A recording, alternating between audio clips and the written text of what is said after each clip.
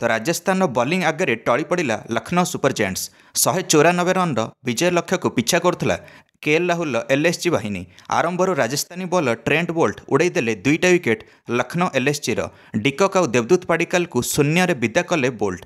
तापर Nandre Burger भी आसिकी Ayush बाडनी wicket नहीं गले और एलएसजी को बैकफुट्रे पकईदेला राजस्थान रॉयल। किंतु एलएसजी कैप्टेन केएल राहुल और निकोलस पुरान खेलिले धरधार अर्धशतकीय इनिंग्स। यह बड़ रन चेस्रे यह दुई जनकर गुरुत्वपूर्ण योगदान रहा। इनिंग्स को आगक बढ़ाइले केएल राहुल और निकोलस पुरान।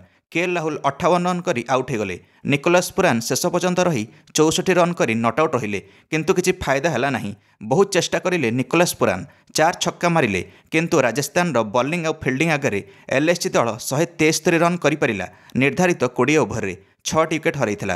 दर्शक बंधु मैंने 20 रन हारीगला एलएसजी यही मैच। यूजी चहल, रविचंद्रन अश्विन, संदीप शर्मा मध्य भयंकर बॉलिंग कले शेष आड़े राजस्थान रॉयल तरफरू। आरआर निज विजय रथ आरंभ करिगला। संजू बाहिनी निजर प्रथम मैच जीतिगले आईपीएल 2024 अन्यपटे मुंबई इंडियंस और गुजरात टाइटन्स टक्कर होउछि। देखा जाऊ से मैच टी के जितुछि।